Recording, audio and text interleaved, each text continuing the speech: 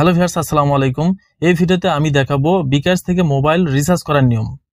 বিকাশ থেকে মোবাইলে রিচার্জ করার জন্য আপনার ফোনের ডায়াল অ্যাপটি ওপেন করুন। এখানে টাইপ করুন *247#। এরপর নিচের ডায়াল অপশনে ক্লিক করুন। এরপর এখানে 3 টাইপ করুন। এরপর ডানে সেন্ড বাটনে ক্লিক করুন। এখন আপনি যে সিমে রিচার্জ করবেন সেই সিমটি এখানে সিলেক্ট করুন। আমি এয়ারটেল সিমে রিচার্জ করব, তাই এখানে 2 টাইপ করছি। এরপর ডান পাশে সেন্ড বাটনে ক্লিক করতে হবে। এরপর আপনার সিমটি এখানে প্রিপেইড না পোস্টপেইড সেটি সিলেক্ট করতে হবে। আমার সিমটি এখানে প্রিপেইড, তাই আমি 1 টাইপ করছি। এরপরে সেন্ড বাটনে ক্লিক করতে হবে।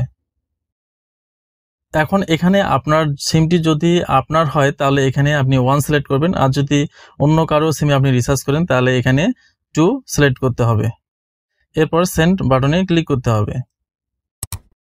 এখন আপনি যে মোবাইল নাম্বারে রিচার্জ করবেন সেই মোবাইল নাম্বারটি এখানে দিন।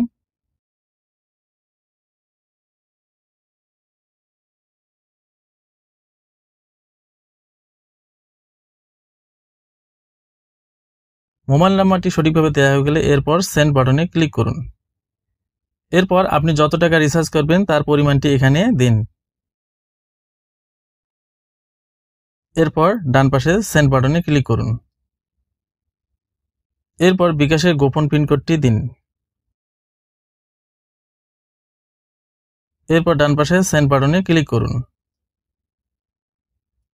এরপর এখানে ওকে ক্লিক করুন।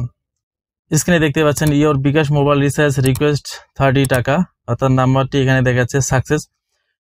অর্থাৎ এভাবে আপনি খুব সহজে আপনার বিকাশ অ্যাপ ছাড়াই কিন্তু আপনার ফোন থেকে *247# কোডটি ডায়াল করে কিন্তু খুব সহজে আপনি যে কোনো সিমে অপারেটরে কিন্তু রিচার্জ করতে পারেন।